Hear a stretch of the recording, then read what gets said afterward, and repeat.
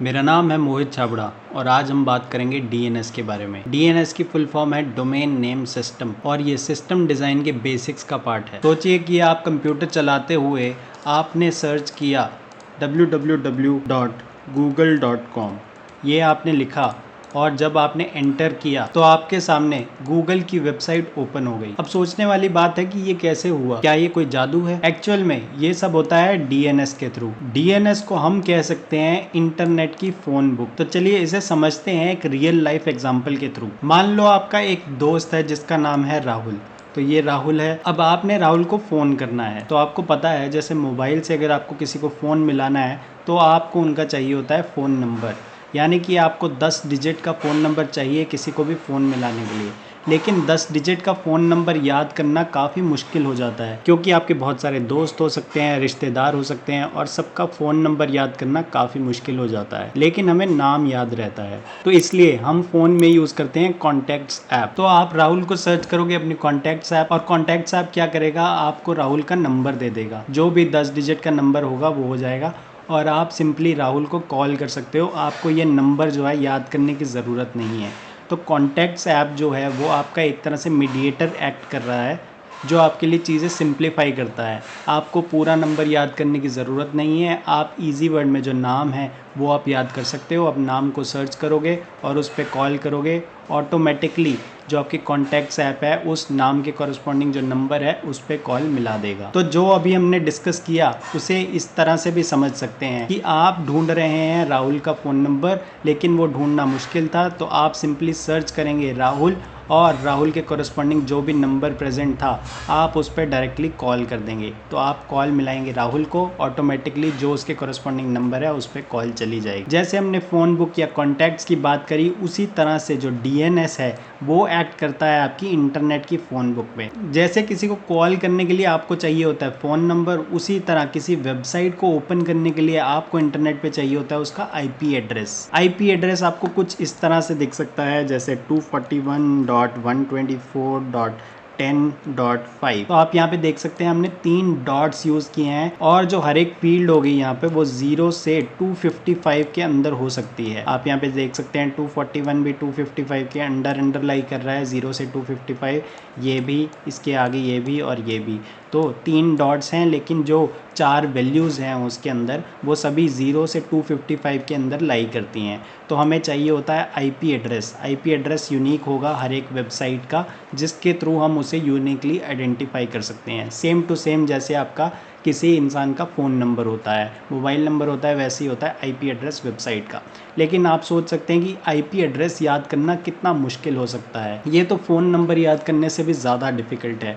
सोचिए आपको गूगल खोलना है और आपको उसका आईपी एड्रेस याद करके रखना हो तो ये बहुत मुश्किल हो जाएगा। आसान तरीका क्या है, जैसे हम राहुल का नाम याद रख लेते हैं वैसे ही हम गूगल का नाम याद रख लेते हैं कि हमें तो गूगल पे जाना है, www.google.com। ये याद रखना काफ़ी आसान है। तो जैसे हमारे पास फ़ोन बुक है वैसे ही है हमारे पास इंटरनेट में डीएनएस। तो डीएनएस क्या करेगा, आप बेसिकली सर्च करेंगे ब्राउज़र पे कुछ भी वेबसाइट का नाम जैसे www.google.com और फिर आता है डीएनएस का रोल। डीएनएस क्या करेगा कि उस जो वेबसाइट के कॉरस्पॉन्डिंग आईपी एड्रेस है उसे फाइंड आउट करके लाएगा और सिंपली जो आपकी रिक्वेस्ट है एपीआई उस आईपी एड्रेस पे चली जाएगी। तो जैसे आपका मोबाइल फ़ोन जब कॉल मिलाता है तो वो नाम नहीं समझता, उसे चाहिए होता है फ़ोन नंबर।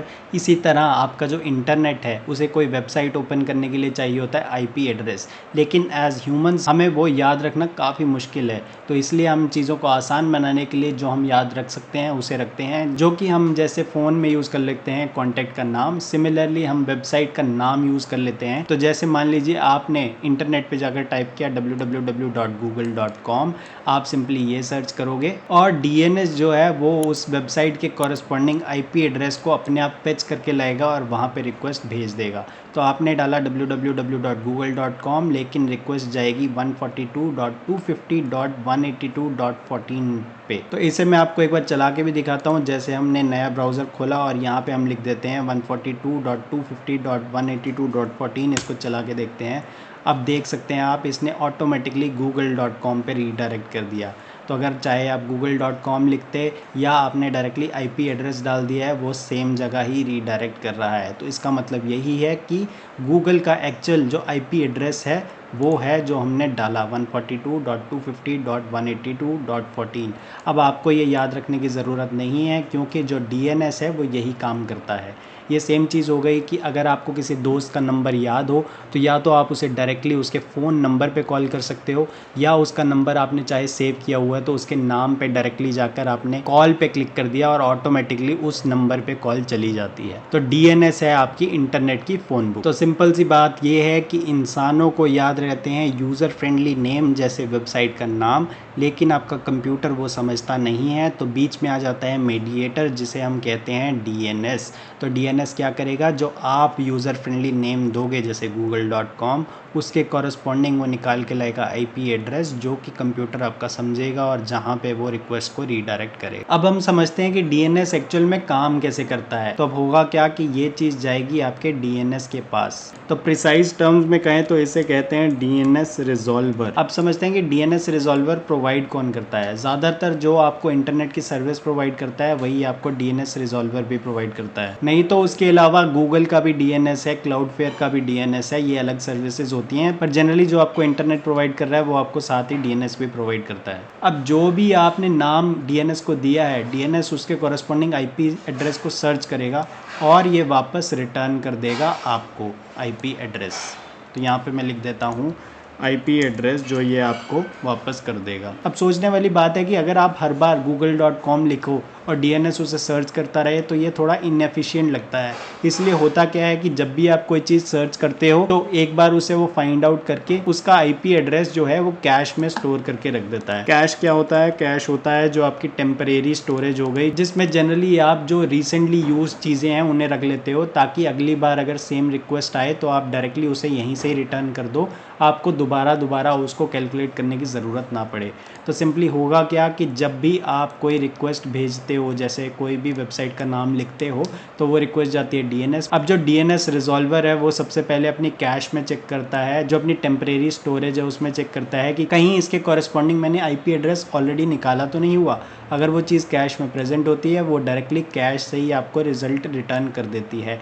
लेकिन अगर वो कैश में प्रेजेंट ना हो और नेक्स्ट टाइम वो कैश में उसे ऐड कर देती है ताकि अगली बार अगर आपने सेम चीज़ पूछी तो वो डायरेक्टली कैश में से ही उसे रिटर्न कर दे। अब अगर उसे कैश में ये सब नहीं मिलता है तो उसको फाइंड आउट करने के भी कुछ तरीके हैं। वो सिंपली अपने DNS सर्वर पे जाता है, रूट DNS सर्वर में जाता है जहाँ पे वो .com डोमेन्स को चेक करता है। फिर TLD यानी कि टॉप लेवल डोमेन सर्वर पे जाता है जो बताता है उसे कि google.com पर्टिकुलरली कहाँ स्टोर है, और उसके बाद फिर वो ऑथोरेटिव DNS सर्वर पे जाता है जो उसे एग्जैक्ट IP एड्रेस देता है।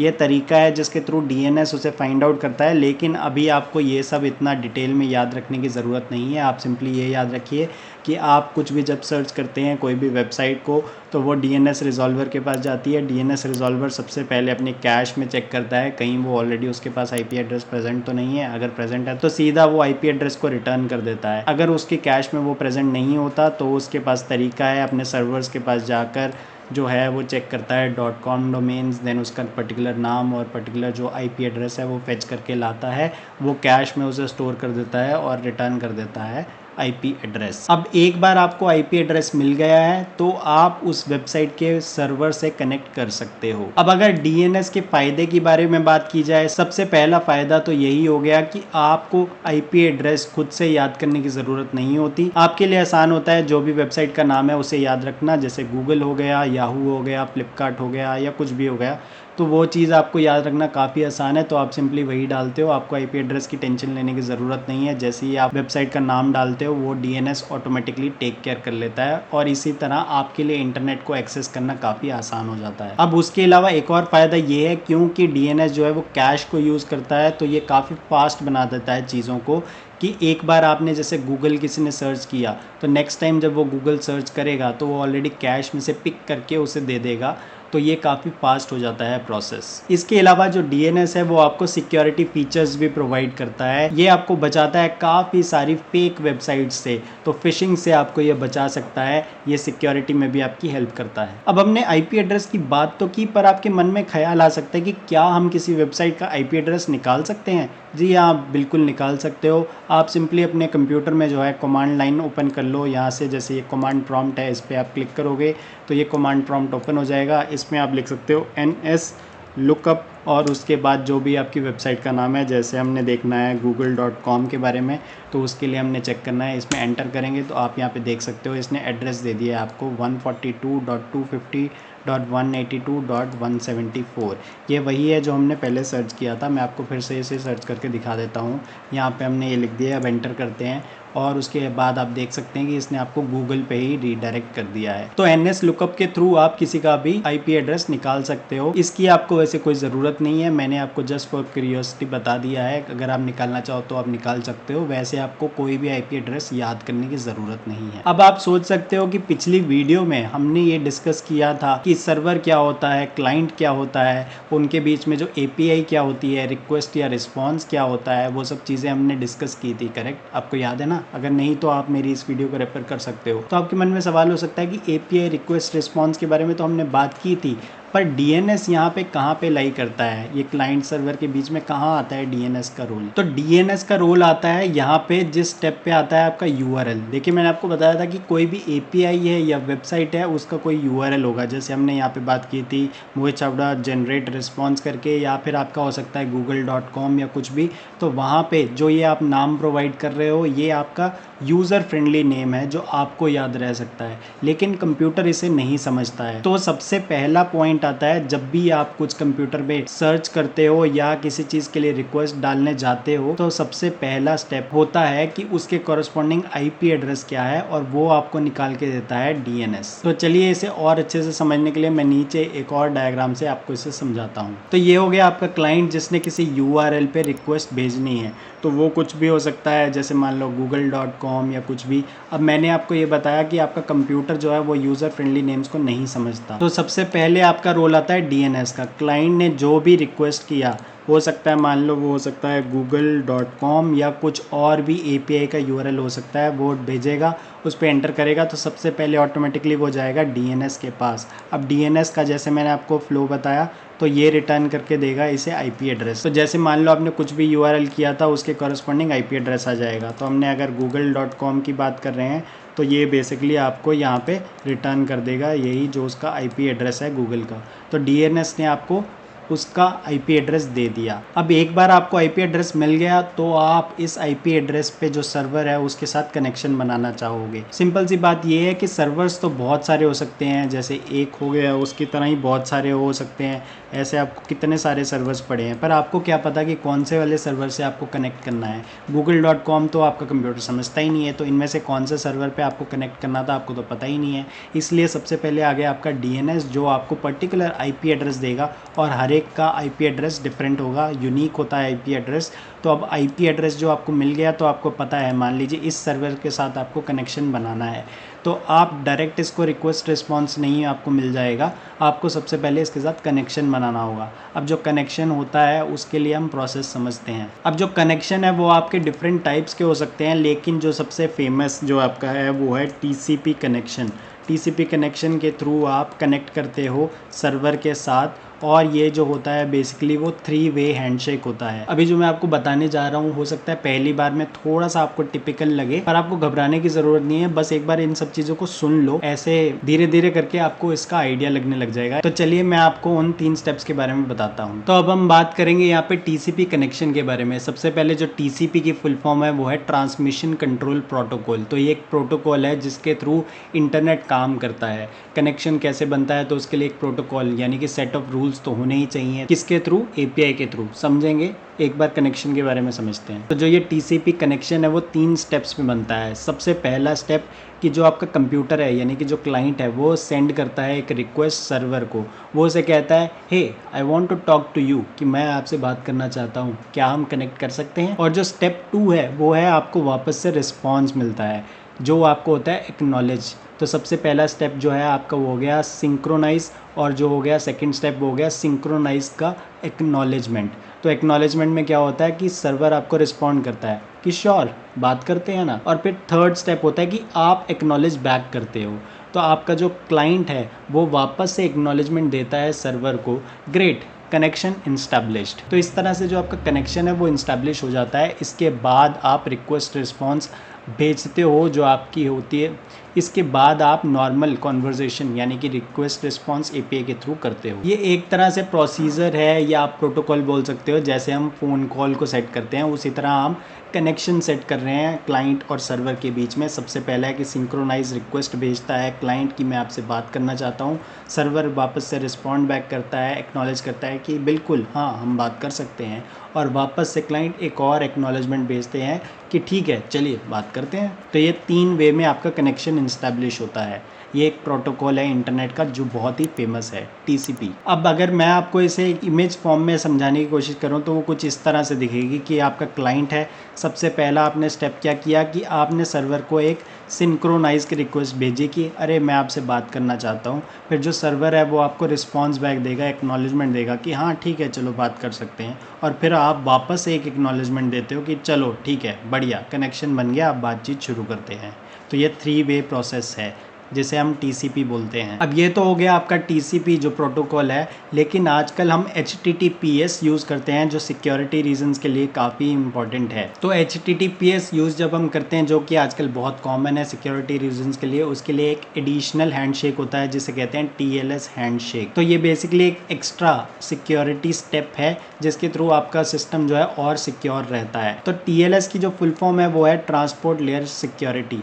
और इस हैंडशेक से होता क्या है कि जो आपका डेटा है वो इंश्योर करता है कि वो इनक्रिप्टेड वे में ट्रांसफ़र होगा। उसके अलावा ये आपको ऑथेंटिकेशन देता है, यानी कि जिस सर्वर से आप कनेक्ट करने जा रहे हो वो सही है। ये होता किस तरीके से है, ये होता है कि आपस में जो ब्राउज़र है और जो सर्वर है वो एक्सचेंज करते हैं सर्टिफिकेट्स एंड इंक्रिप्शन कीज़, और एक बार ये होता है उसके बाद ही आपका जो डेटा है वो सेंड होना शुरू होता है। तो इससे आपको सिक्योरिटी मिलती है कि जिसके साथ आप कम्युनिकेट करने जा रहे हो, जिस सर्वर के साथ, वो एक्चुअल में वही है जिससे आप बात करना चाह रहे हो। वो कोई मैलिशियस यूज़र नहीं है, यानी कि कोई फेक वेबसाइट या कोई हैकिंग नहीं है बीच में। तो वो HTTPS आपका वो इंश्योर करता है। खैर आपको बहुत ज़्यादा इस पे अभी फोकस करने की ज़रूरत नहीं है, मैंने आपको बेसिक से कॉन्सेप्ट्स ऊपर से बता दिए, आप इसे बाद में आके रिवाइज़ कर सकते हो। बेसिक पॉइंट जो है आपके, सबसे पहले आपका DNS है जो आपको IP एड्रेस रिटर्न करता है आपके जो आपकी वेबसाइट का नाम है उसके कॉरस्पॉन्डिंग,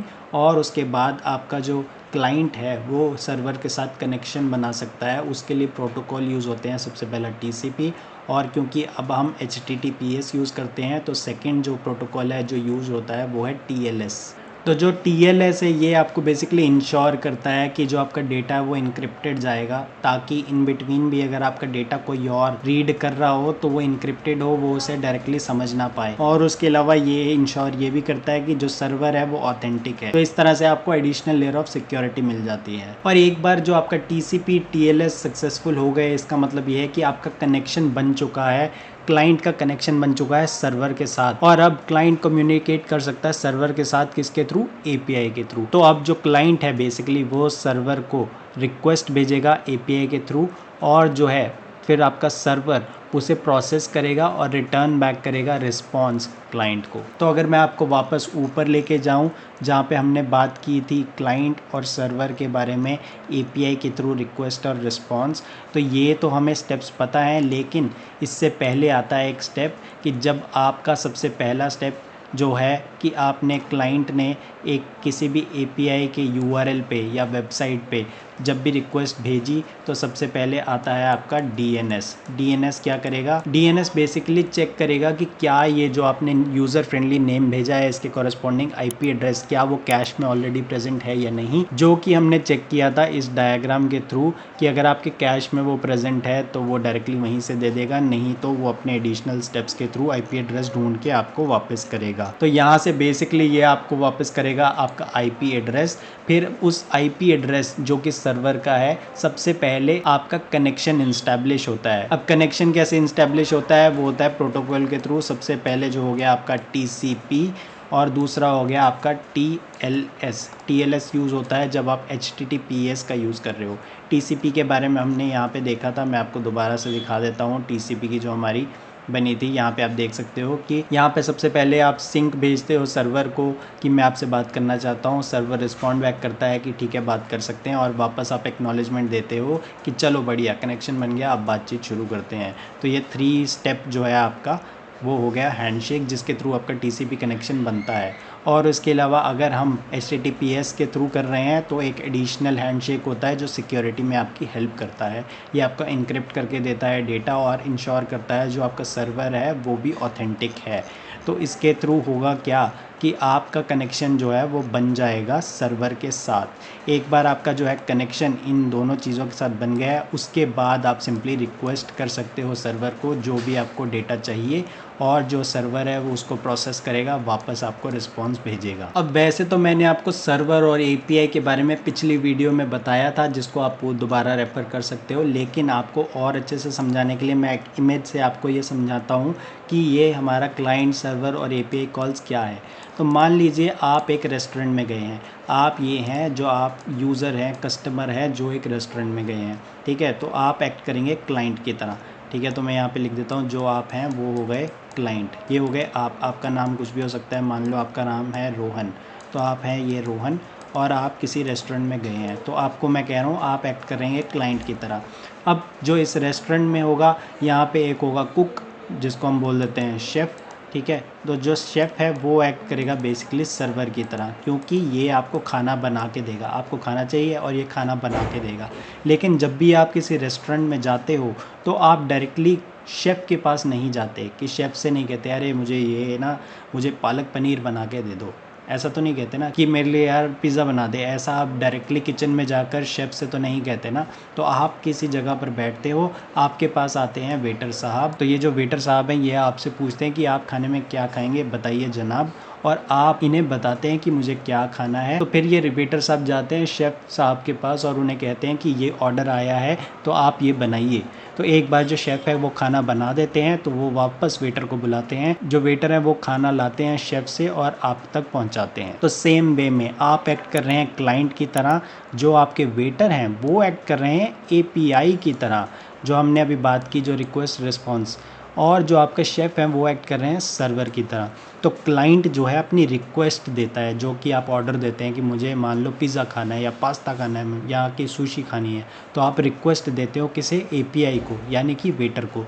अब वेटर जो है यानी कि जो API है वो आपका रिक्वेस्ट लेके जाती है सर्वर के पास, जो कि यहाँ पे शेफ़ है, और जो शेफ़ है वो आपकी जो रिक्वेस्ट है उसको प्रोसेस करती है, उसके अकॉर्डिंग जो भी चीज़ें हैं वो करती है। जैसे ये खाना बनाना हो गया, करेक्ट सर, जो आपका शेफ़ है वो खाना बनाता है। इसी तरह जो आपका सर्वर है, आपकी जो भी रिक्वेस्ट आई उसको प्रोसेस करेगा कि वो क्या चीज़ है, उसके कॉरस्पॉन्डिंग हो सकता है कुछ डेटा रिक्वायर्ड हो, तो वो डेटाबेस में से वो डेटा निकाल के लाएगा, उसमें कुछ प्रोसेसिंग करेगा, उसमें कुछ चेंजेस करेगा, और जो फाइनल आउटपुट होगा, जैसे कि यहाँ पे जो खाना है, ठीक है, खाना बनाने में बहुत सारे स्टेप्स होते हैं, करेक्ट। जैसे मान लो सबसे पहले सब्जी काटी, तड़का लगाया, उसके बाद ऊपर से उन्होंने थोड़ा उसे सजाया संवारा। इसी तरह सर्वर के भी बहुत सारे काम होते हैं। आपकी पहले रिक्वेस्ट को समझा, आपके जो पैरामीटर्स आपने पेलोड्स पास किए हैं उनको समझा, ऑथेंटिकेशन की कि क्या ये यूज़र सही है भी या नहीं, इस तरह से बहुत सारी चीज़ हो सकती हैं। फिर उसके कॉरस्पॉन्डिंग जो आपको डेटा चाहिए वो निकाल के लाया DB में से, डेटाबेस में से लेके आया, और फिर उसके ऊपर और कुछ प्रोसेसिंग की। जैसे मान लो उसको सॉर्ट किया